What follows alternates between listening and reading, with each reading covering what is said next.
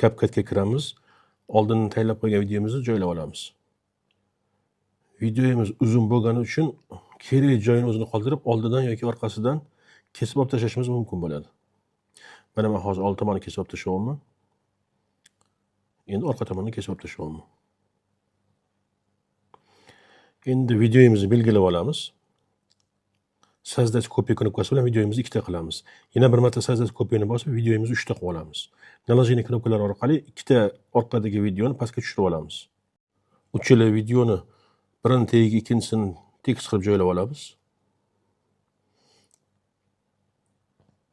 Endi birinchi videoni tanlab olamiz.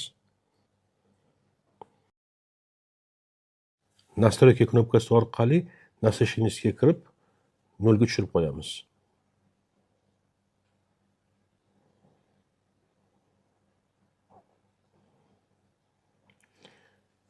Endi ikkinchi videoga kiramiz. Gulga qo'lim tekkan joyigacha qoldirib, chap tarafini, ya'ni videoning boshlanishini kesib olib tashlayman.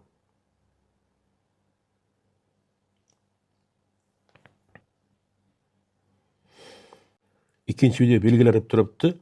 Maska knopkasini topamiz.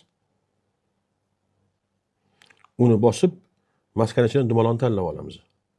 Bosdik. O'rtada dumaloq paydo bo'ladi. Kichkinalashtirib olamiz. Rombikka bosamiz. Videoni oxirigacha surib turib,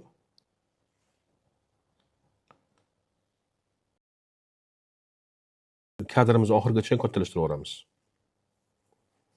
Endi 3-videoga tushamiz. 3-videoni belgilab turib, удалить фон, автоудаление.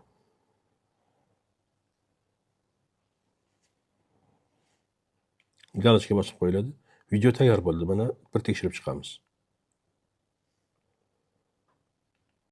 Maska knopkasidan foydalanganimizda dumaloqni bosmasdan, misol uchun gorizontalni bosganimizda qanaqa holat bo'lgan bo'lardi. Mana ko'rishingiz mumkin, men gorizontalni bosdim, sariq chizuvni to'g'rilab olganman xohlaganimcha. Rombikni bostirib sariq chizuvni tepaga qildim, keyin sariq chizuvni pastga tushirib oldim, rombik avtomatik bosildi. Endi mana holatni ko'rishingiz mumkin. Mana rang tepadan boshlandi.